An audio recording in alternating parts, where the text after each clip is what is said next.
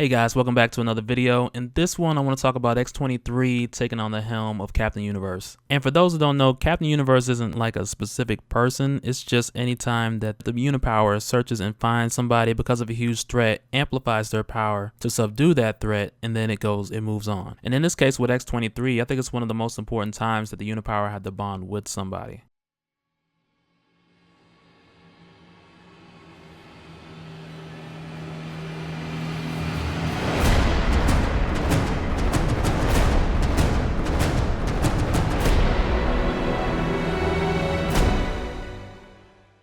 Now, just to give you a crash course on the uni-power, it's a sentient orb of energy which originates from the microverse. And inside the microverse, you have a larger scope of energy called the Enigma Force, and that's where the uni-power comes from. So at one point in time, while the uni-power was on Earth, you had S.H.I.E.L.D. and AIM both looking for the uni-power. And I'm pretty sure you guys are all familiar with S.H.I.E.L.D., but the other organization, AIM, actually stands for Advanced Idea Mechanics, which was founded by Aldrich Killian. Yes, the hot dude from Iron Man 3. Now, I mean, hot when it got hot. I mean, I'm not saying that he was hot. You remember what happened in the movie. Man, chill out. You know what I'm trying to say. But either way, S.H.I.E.L.D. is up here on the rooftop, staking out the last location of where they apprehended one of Aldrich's men. Technically, Daredevil apprehended him, but he turned him over to S.H.I.E.L.D. But in that same construction zone, a fight breaks out between one of the workers and these kids who just passing by and asking for some change. And that's when X-23 jumps out, who have been following these kids from the shelter for other reasons. And she's just jumping to their defense because two of them got knocked down already. But when she engages, we find out that the construction workers were actually undercover members of AIM. And this whole site was really just a cover-up for AIM to find the uni-power. And when they see how easily she takes down the first dude, everybody else just disappears.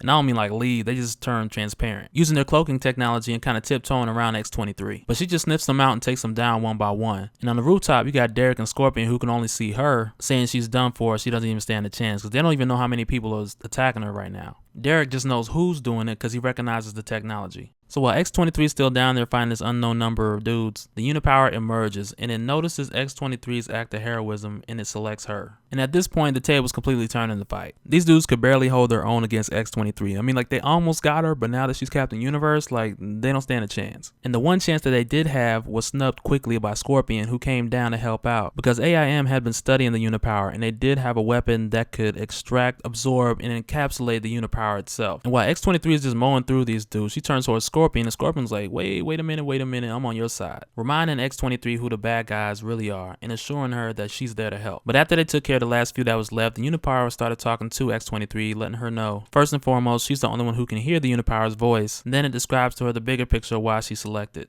And the uni-power needs her help. AIM has been collecting information on the uni-power from the different interactions with the Hulk and with Daredevil before. And X-23 is all too familiar with what it's like to be held captive and used as a weapon. So she agrees to help. So immediately, X-23 walks away to find out where their base of operations is. And Derek is on the comms in Scorpion's ear saying, don't walk away, don't let her go. And that's when Scorpion offers to help X-23 find where their base is with the intelligence that S.H.I.E.L.D. extracted from the guy that Daredevil caught. And X-23 agrees to go because she admits that she doesn't know where she's going, and she probably could track them down using her enhanced senses and the uni-power, but she knows it would be a lot quicker to have Scorpion come along and just show her the way. So while they're on their way to the AIM facility, Scorpion tries to make conversation with X-23, and X-23 is not saying a word, man. Like, she's completely just focused. And Scorpion's like, hey, since you're doing the whole superhero team up thing, we might as well get to know each other. I'm gonna go first. Hi, I'm Scorpion, not the one that fights Spider-Man, but I'm the good one. And it's a good long trip before X-23 tells Scorpion her name, and her response is kind of like, what's a X-23? And Laura's just like, that's what they call me.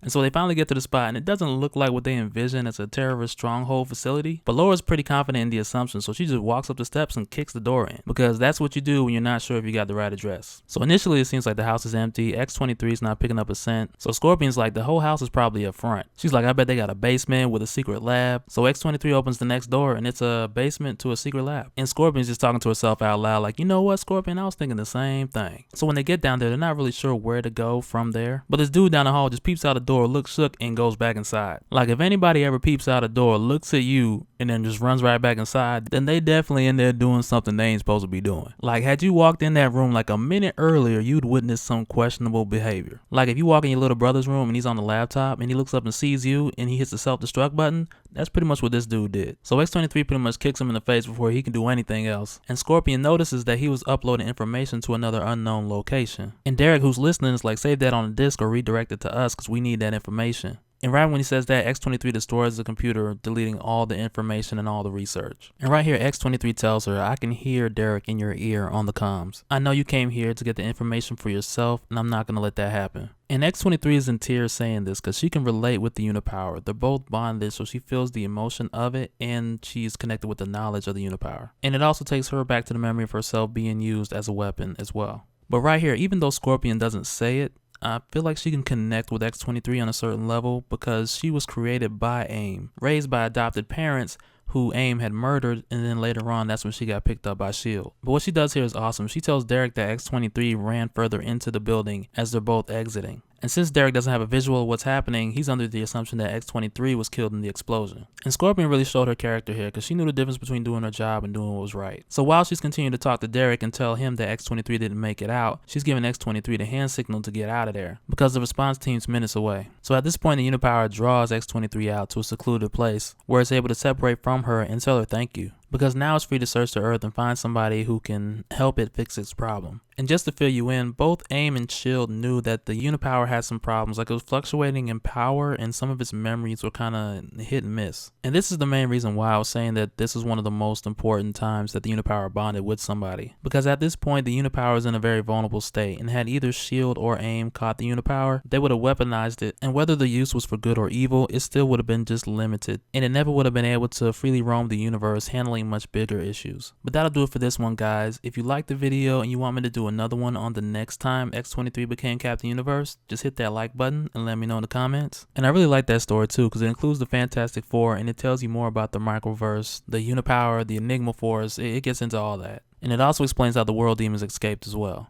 But yeah, like button if you want to see that. And for those of you that are new to the channel, be sure to subscribe so you can catch a spill every week. I also have a gaming channel coming pretty soon, so look for that link in my featured channel list. And I'll see you guys next time. Alright, later.